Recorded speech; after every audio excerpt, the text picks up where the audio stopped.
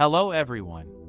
Today I'd like to talk about the controversial changes to Roald Dahl's original books and the slippery slope effect it could have. As some of you may know, British-Australian composer and entertainer Tim Minchin wrote the music for the musical based on Roald Dahl's book, Matilda, and he's weighed in on the recent changes.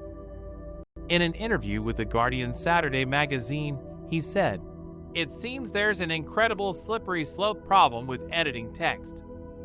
I mean, my initial reaction when I heard about it, now we'll have to get all the rapes out of all the history books. Then the world will be a better place." So what sparked this debate about changes to Dahl's books? Earlier this year, Puffin announced that some of Roald Dahl's children's books were being rewritten to remove language deemed offensive or outdated. The publisher used sensitivity readers to help rewrite parts of the text to ensure the books can continue to be enjoyed by all today. This sparked an outcry from people and an investigation by the Telegraph. As a result, Puffin announced the release of the Roald Dahl Classic Collection, which will keep the author's original texts and sit alongside the newly released and edited Puffin Roald Dahl books. Tim Minchin, on the other hand, was less than pleased, claiming that this idea of corporations deciding which texts are outdated and which ones need to be edited set a precedent. That this would mean needing to change all texts that might offend people and would need to be constantly updated to keep up with changing sensibilities. He then went on to say that it's not actually about morality.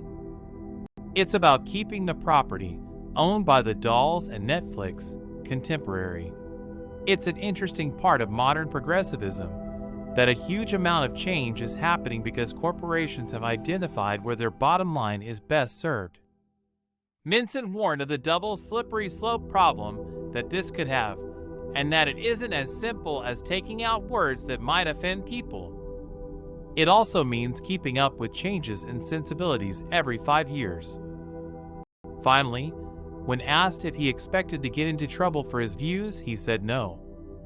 As Netflix and the Dahls know, he is not a mouthpiece for them. He stands quite autonomous in his beliefs, never saying things he is told, but never shying away from making his voice heard either. So what do you all think? Are these changes being made in the right spirit? Are corporations doing the right thing by trying to keep up with the times? Or should texts and books remain untouched if they don't pose an issue? Let us know in the comments below. And don't forget to subscribe to the channel